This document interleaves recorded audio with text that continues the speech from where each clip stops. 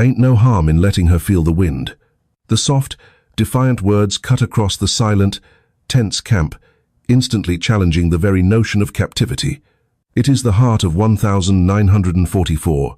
Deep in the sun-baked dust of Texas, the United States maintained a vast, hidden archipelago of barbed wire, holding nearly 400,000 captured Axis prisoners of war.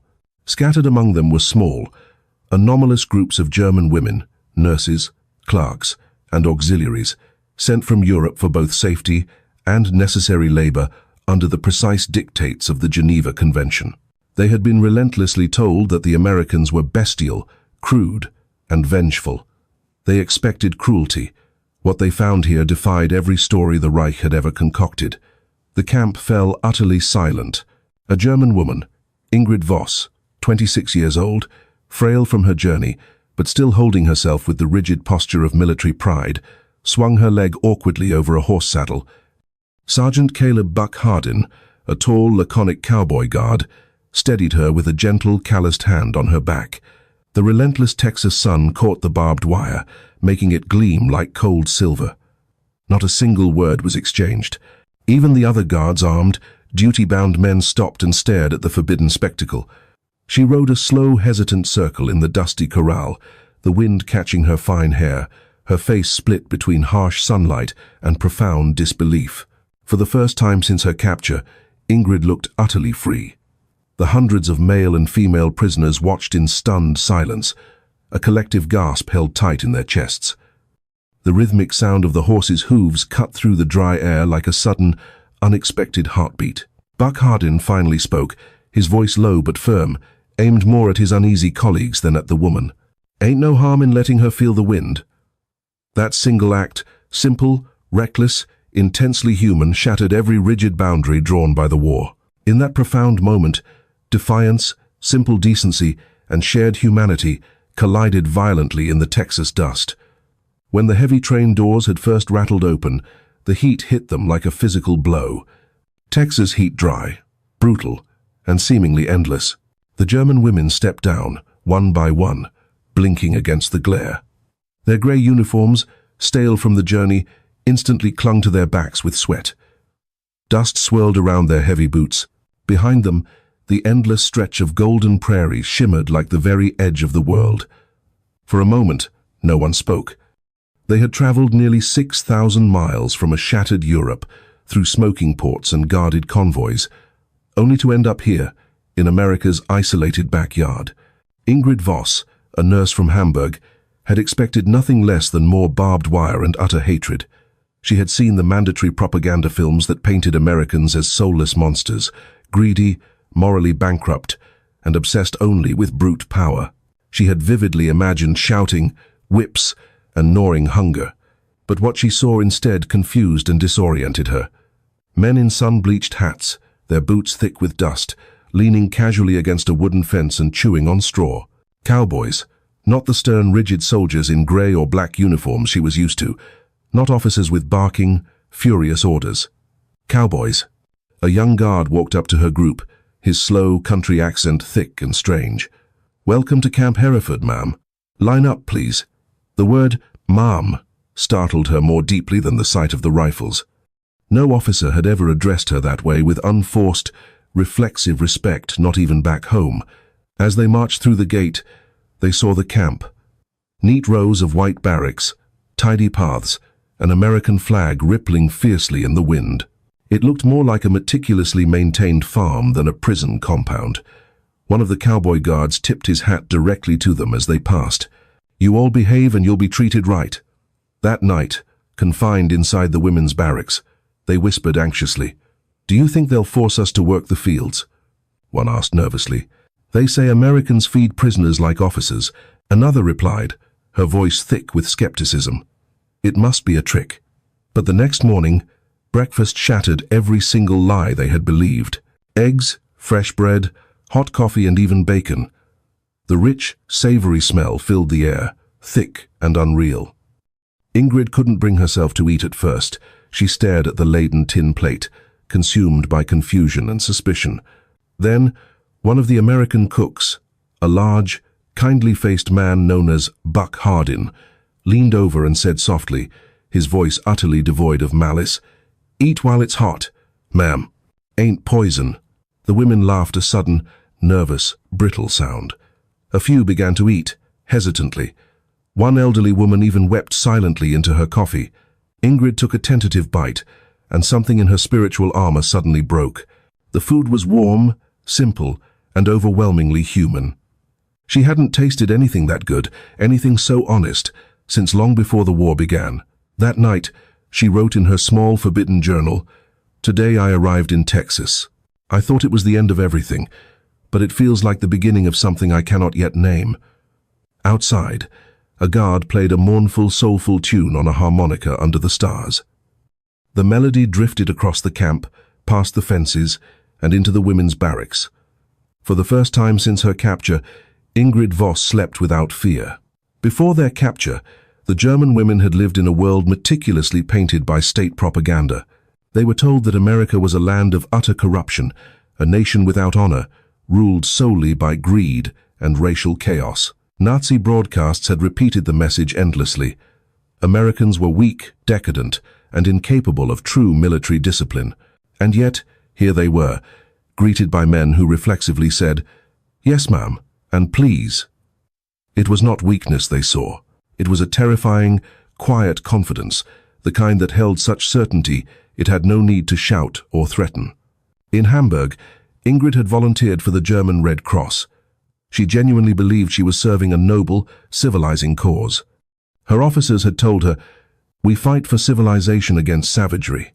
But here in Texas, she began, slowly and fearfully, to question which side that stark description truly belonged to.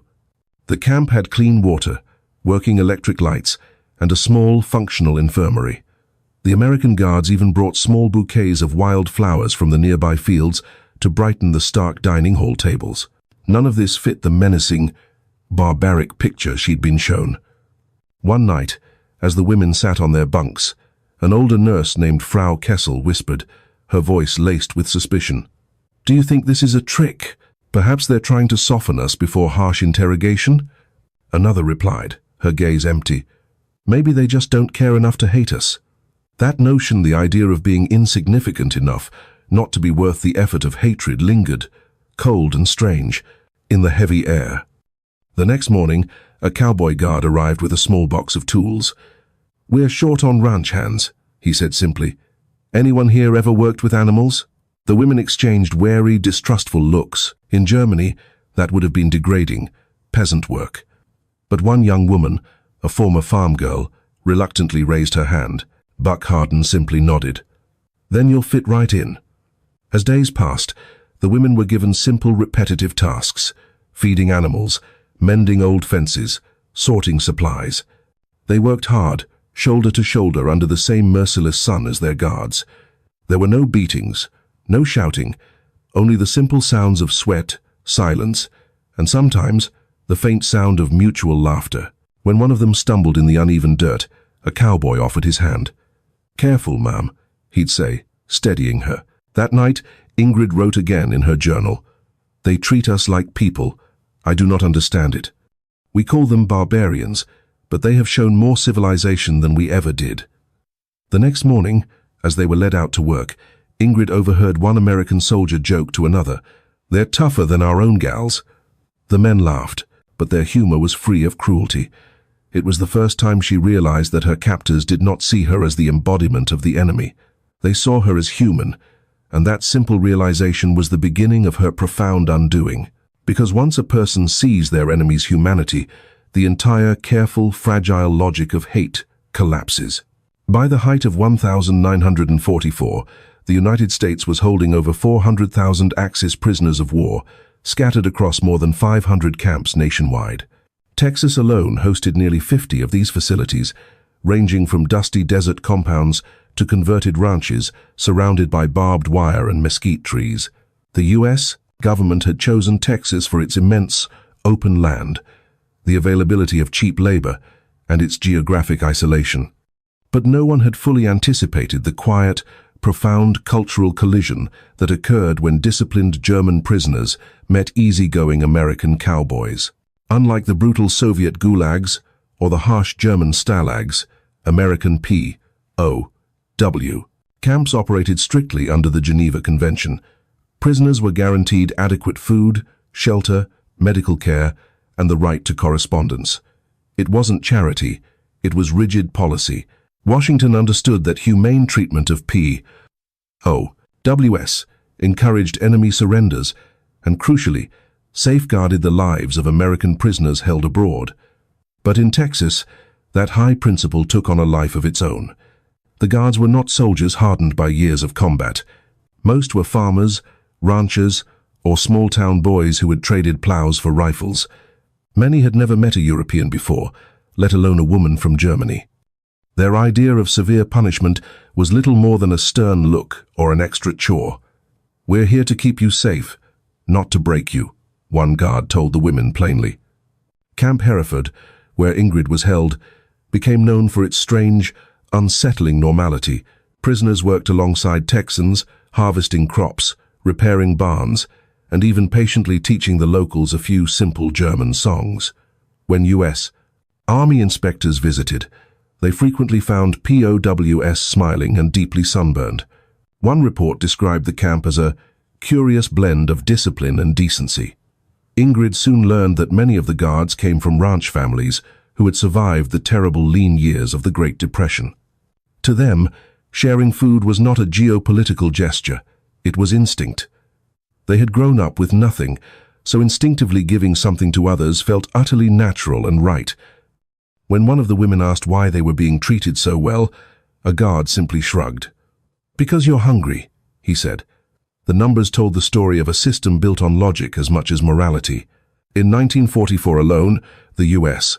Army Quartermaster Corps allocated more than $1 billion to POW, housing, supplies, and food. Each prisoner's daily rations were officially equal to those of an American soldier, while German civilians back home faced genuine starvation. Their captured sons and daughters ate bacon and bread under the endless Texas sun. Ingrid could not possibly make sense of it. How could her captors feed her better than her own country ever had? How could men who had lost friends to the Luftwaffe's bombs offer genuine compassion to their enemies? That paradox haunted her every night as she looked out beyond the barbed wire, where the horizon burned red with the setting sun. America's true power, she slowly realized, wasn't just in its weapons. It was in its abundance, in its deep ingrained belief that mercy was strength, not weakness. And it was in that overwhelming abundance that the first profound cracks appeared in the walls of hate. It happened on a late afternoon when the Texas heat finally began to fade and the sky turned a glorious copper. The women had been repairing fence posts under supervision, their hands blistered, but their spirits surprisingly steady.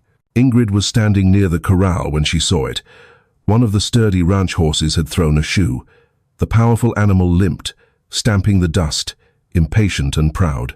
Sergeant Buck Hardin, the same cowboy who had joked with her during breakfast, walked over and clicked his tongue softly. "Poor fella's sore," he said. Then he looked up at her, his eyes serious. "You ever ridden before?" Ingrid instantly froze. Her every military instinct screamed at her to refuse. Prisoners did not ride horses. Prisoners did not deserve freedom. "Only once," she replied quietly. "As a child." Buck grinned, the wrinkles crinkling around his eyes. "Well, you remember enough to stay on, I bet." He lifted the reins, motioning for her to approach. The other women immediately stopped working. The nearby guards looked profoundly uneasy. One shouted, his voice strained, "Hardin, that's not regulation." Buck ignored him completely. He placed his hand gently under Ingrid's elbow and helped her to the saddle. "Ain't no harm in letting her feel the wind," he repeated, his voice firm. The horse snorted, a plume of dust puffing from its nostrils, then began to move, its hooves thudding softly against the packed dirt. Ingrid clutched the reins, her heart hammering a frantic rhythm. For the first few seconds, it felt like falling, but then she deliberately straightened her back, breathed in the warm air, and let herself ride. The corral blurred into golden shadow. The entire camp went silent. Even the guards, who a moment ago looked ready to intervene, stood perfectly still. The barbed wire gleamed cruelly in the distance, a constant, ugly reminder that freedom was still just a theoretical word. But at that moment, no one cared about the wire. Ingrid rode a slow, careful circle, her face caught between the blinding sunlight and profound, dizzying disbelief. She hadn't realized how completely she had forgotten how it felt to move so freely, to control something powerful, to be trusted. When she finally pulled the horse to a stop, she dismounted carefully. Her knees trembled violently. Buck Hardin smiled and tipped his hat. "Guess it's like riding a bike," he said softly. Later that evening, the camp commander heard about the forbidden incident. He called Buck Hardin into his office and asked severely, "You realize that's strictly against procedure?" Buck simply nodded. "Yes, sir." The commander sighed, a sound of immense fatigue, then leaned back in his chair. "Did she try to escape?" "No, sir." "Did anyone get hurt?" "No, sir." "Then I didn't see it." Word spread quickly, fueled by awe and disbelief. The women whispered about the cowboy who let one of them ride. Some called it foolish recklessness. Others called it divine mercy. Ingrid said nothing publicly. But that night, as she lay awake under the dry, endless sound of the cicadas, she felt something she hadn't felt since long before the war. Dignity. She wrote in her journal, "They could have laughed. They could have punished. Instead, they looked away. Perhaps that is what true strength looks like, the power to pretend you didn't see kindness when it broke the rules." That single ride began a quiet, deep transformation inside the camp. The women, who once whispered only in fear, now spoke with something resembling hope. The guards, once stiff and cautious, began treating them less like prisoners and more like exhausted travelers, waiting for the war to end. It was as if that moment one woman on a horse had bent the very laws of war without breaking them. But what happened next revealed something deeper, something measurable. Historians would later call it the moral arithmetic of mercy. The United States, in total, spent over $1.8 billion caring for Axis prisoners.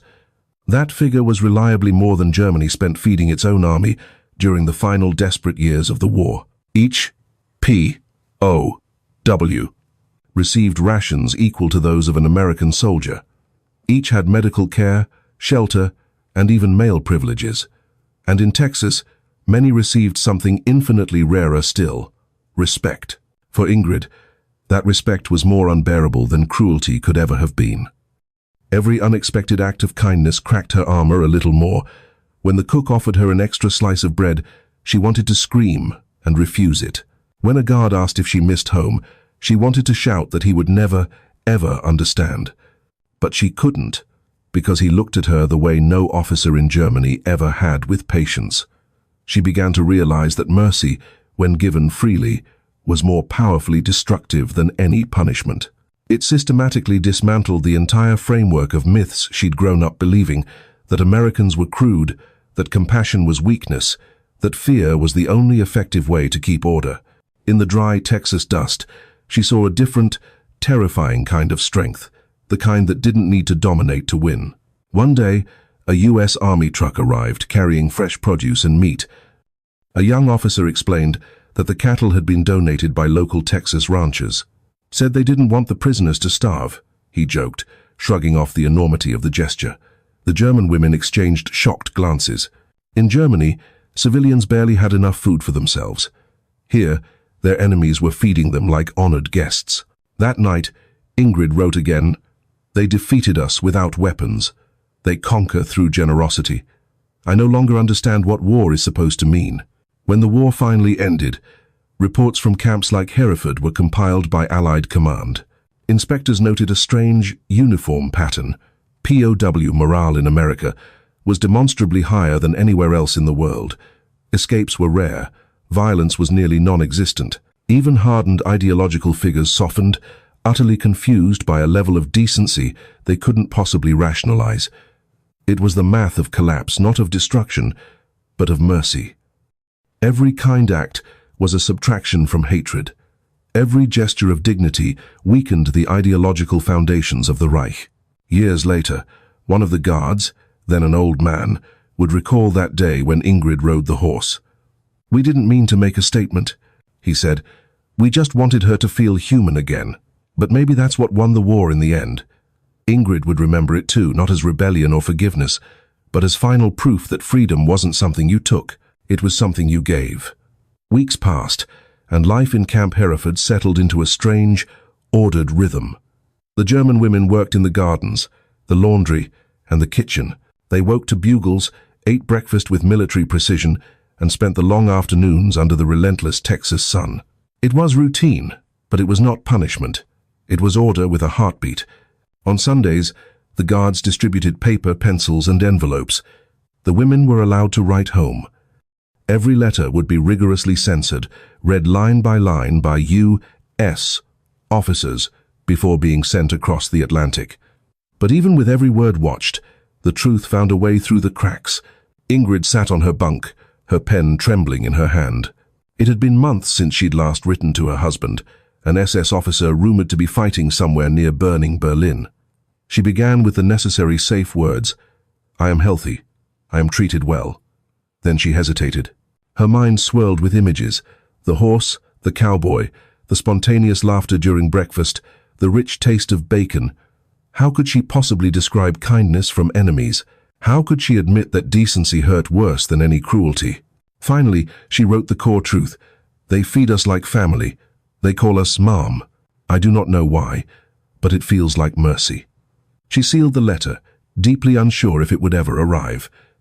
But thousands of miles away, in the ruins of Germany, a weary postal clerk would read those same words and pause. Letters like hers became whispers in a starving land, that the Americans, the so-called barbarians, treated prisoners better than the Reich treated its own people. Other women wrote similar things. Frau Kessel wrote, "We were told they would beat us. Instead, they gave us milk." Another prisoner confessed, "It is shameful to be the enemy of such people." Those fragile letters spread, hand-copied, and passed between families like contraband hope. Inside the camp, the women didn't know the moral ripple they'd created. To them, the act of writing was an escape, a moment of normal life. But the guards knew. One evening, Buck Hardin found Ingrid staring at the sunset, her half-finished letter beside her. "You telling them we're treating you too nice?" he asked, a hint of a smile in his voice. She smiled faintly. "I tell them I'm still alive." He nodded, chewing on a blade of grass. "That's good. They'll know what kind of folks we are."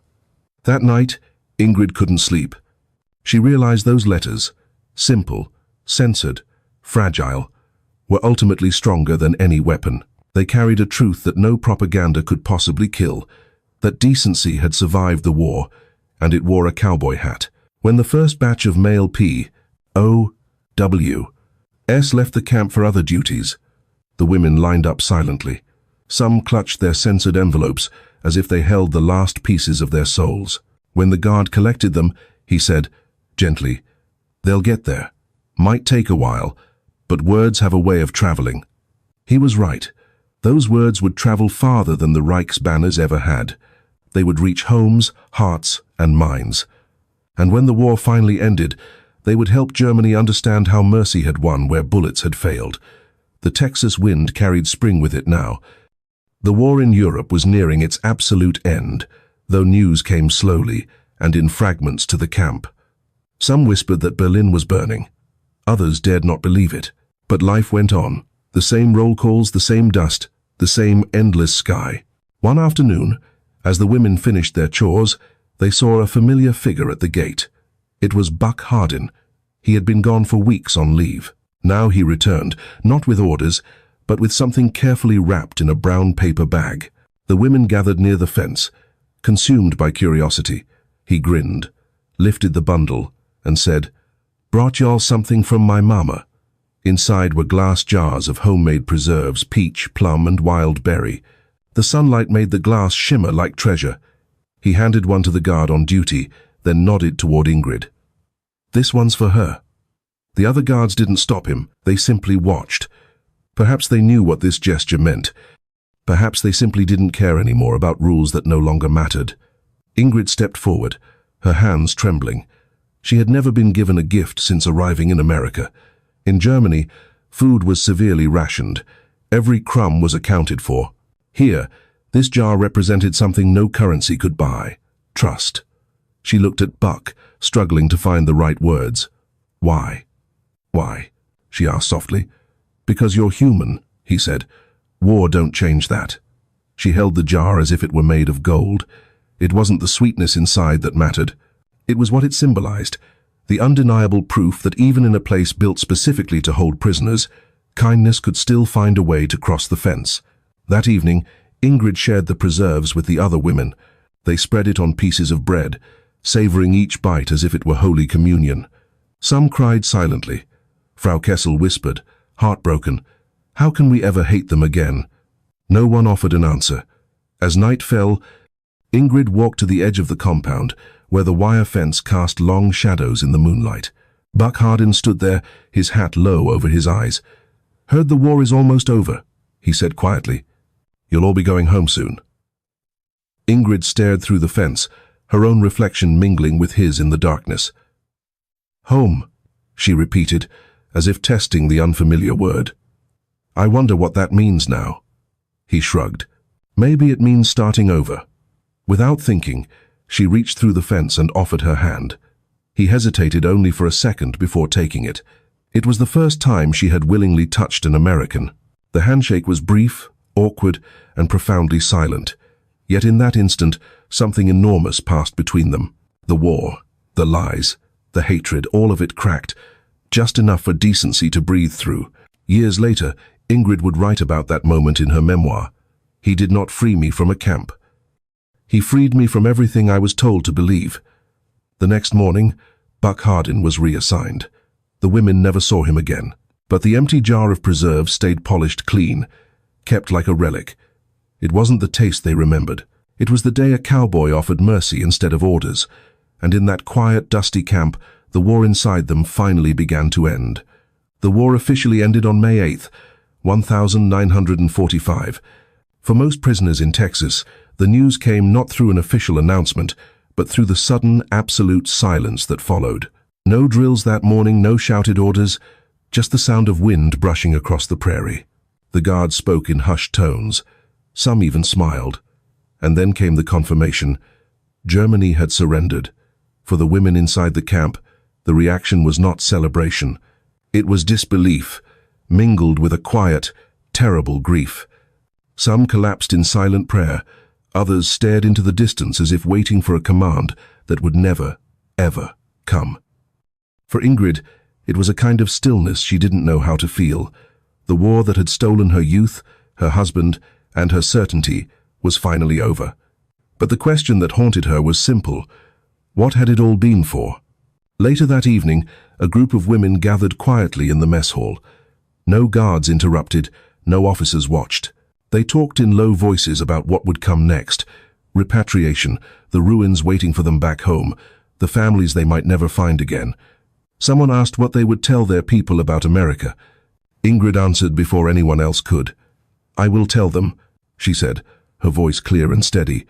Asterisk, that the enemy fed us when we were starving, that the men in hats showed more mercy than the ones in uniforms, that we lost because we forgot what decency was. Her words hung in the air, heavy with truth. Frau Kessel nodded. They called them cowboys. We called them fools, but it turns out the fools were us. That line spread quietly through the camp, repeated in dozens of languages by women who had seen more profound contradiction than they could explain. It became the camp's unofficial epilogue, the devastating realization that victory was not measured in battles won, but in humanity preserved. In the weeks that followed, U.S. officers meticulously documented testimonies from the prisoners. They noted something unusual: cooperation, gratitude, even a strange, subdued affection toward the guards. "These women no longer behave as prisoners," one report read. "They behave as students." It was true. Every interaction, every shared meal, every small act of decency had fundamentally reshaped them. The cowboys who once seemed primitive became, in their eyes, philosophers in denim. They taught through quiet example, not doctrine, that freedom meant self-control, not chaos, and that power meant responsibility, not domination. When repatriation orders finally arrived, the women packed what little they had. A few took scraps of paper, notes from guards, or small tokens, a handkerchief, a button, a piece of rope from the stables. Ingrid took only one thing, the empty glass jar. As she boarded the transport truck, she looked back one last time. The camp was quiet, the fences still standing, the sky stretching endlessly above. Buck Hardin was long gone, but his words remained. War don't change that. Years later, she would tell her children about Texas, about the horses, the wind, and the relentless kindness that had confused her more than fear ever did. She would write, "The Americans won twice, once on the battlefield and once in our hearts." When historians later examined POW reports from Texas, they found an undeniable pattern. The more compassion the prisoners received, the faster they abandoned extremist loyalty. Mercy, it turned out, was the ultimate, unseen weapon. For Ingrid and thousands like her, captivity in Texas had become something larger than mere survival. It was redemption, a vital lesson, written not in blood, but in barbecue, smoke, and the dust of a ranch, where decency outlived war. The story of the German women, POWs in Texas, does not end with surrender or freedom. It ends with understanding. They came as believers in a lie, that America was cruel, that mercy was weakness, that victory was inevitable. But on a Texas ranch, among men who wore hats instead of helmets, they discovered that the strongest weapon in the world was compassion. When they finally returned home, many found nothing but rubble, cities burned, families scattered, futures utterly uncertain. Yet they carried something no bomb could destroy, the memory of kindness from those they had been taught to hate. One woman told an interviewer years later, "In Texas, I learned that humanity is not national. It is universal." The empty jar of preserves stayed on Ingrid's mantle until she died. Visitors thought it was merely decoration. Her children knew better. It was the final, lasting proof that even in war, decency can cross any border, even barbed wire. As the sun sets over the Texas plains, the legacy of those camps lingers not in dry military records, but in hearts. The cowboys never wrote their side of the story. They didn't need to. The women they once guarded carried it for them across oceans, across generations. They mocked the cowboy once. He fed them instead. History remembers wars for who won, but sometimes the truest victory belongs to those who chose kindness.